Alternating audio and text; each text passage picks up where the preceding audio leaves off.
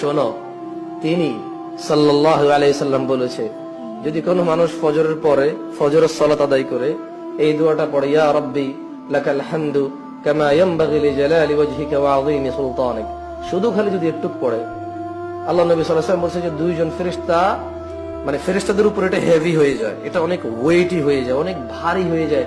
ফেরেশতারা বুঝে ওঠে না যে কি নেকি লিখবে এই দোয়ার। একজন গিয়ে আল্লাহর কাছে বলে, ইয়া আল্লাহ, আপনার অমুক বান্দা এই দোয়া পড়েছে, কি নেকি লিখবো বুঝতেছি না। আর একজন, মানে যখন দুইজন ফেরেশতা যখন একজন আরেকজনের সাথে কি হয়, মানে তারা বুঝতেছে না তারা কি লিখবে, তখন তাদের একজন আল্লাহ সুবহানাহু ওয়া তাআলার কাছে বলে, ইয়া আল্লাহ, এর কি লিখবো। আরেকজনে পড়ে শোনায় আল্লাহকে যে আল্লাহ, আপনার এই বান্দা এই দোয়া পড়েছে, ইয়া রাব্বি লাকাল হামদু কামা ইয়ানবাগি লিজালালি ওয়াজহিকা ওয়া আযীমি সুলতানিক।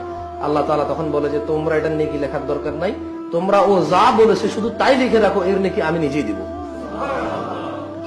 কোথায় কল্যাণ খোঁজে মানুষ, কোথায় কল্যাণ খোঁজে। একটা 10-15 সেকেন্ডের দোয়া পড়লে ফেরেশতার বুঝে আসে না কি লিখবে। ফেরেশতার মানে ফেরেশতার সাধ্যের বাহিরে এর নেকি লেখা।